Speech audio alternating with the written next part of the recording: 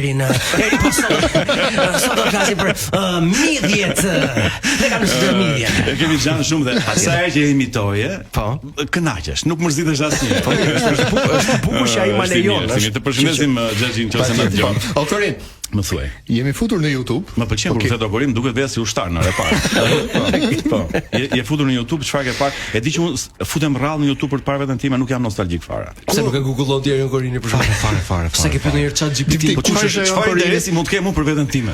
Ta shohësh që ke parasysh Çfarë thot? kënaqësi kur googullon veten, për shembull, ti dalin gjithë ato portale. Po shoh se çfarë thon të tjerë. Po, nuk para më intereson, me thënë drejtë. Nuk të intereson. Jo. Vjen me moshën?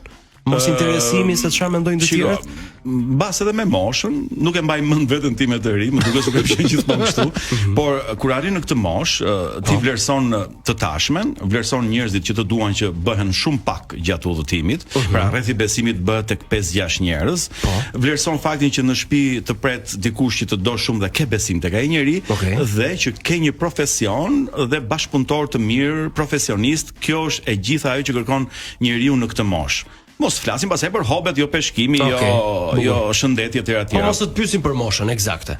Jo, po se kam problem fare. Sa vjeç? Unë jam datin e 77, 48 vjeç. 48. Po. Shkofsh 100 Erion. Faleminderit. Kur s'kesh 50 vjetorin do të ftojmë prapë. Po. Edhe ju shkofshi 100, por një miku im profesor thot, "Ore pse është ky urimi thot 100 vjeç?"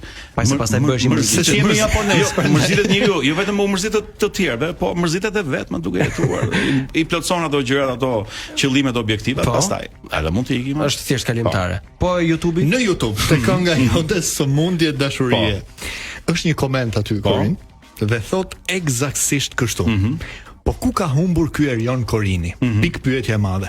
Pse nuk po bën më këngë të reja? Goxha i talentuar dhe ka një zë të mrekullueshëm. Tani, ti Zojn apo Zotri, si ishte me emër kështu. Po, nga ata me numra, po. Me numra. Që e ke bërë këtë koment? Si fillim urojmë ti je mirë me shëndet, ti je duke na dëgjuar dhe së dyti, ja ku ta marrësh përgjigje.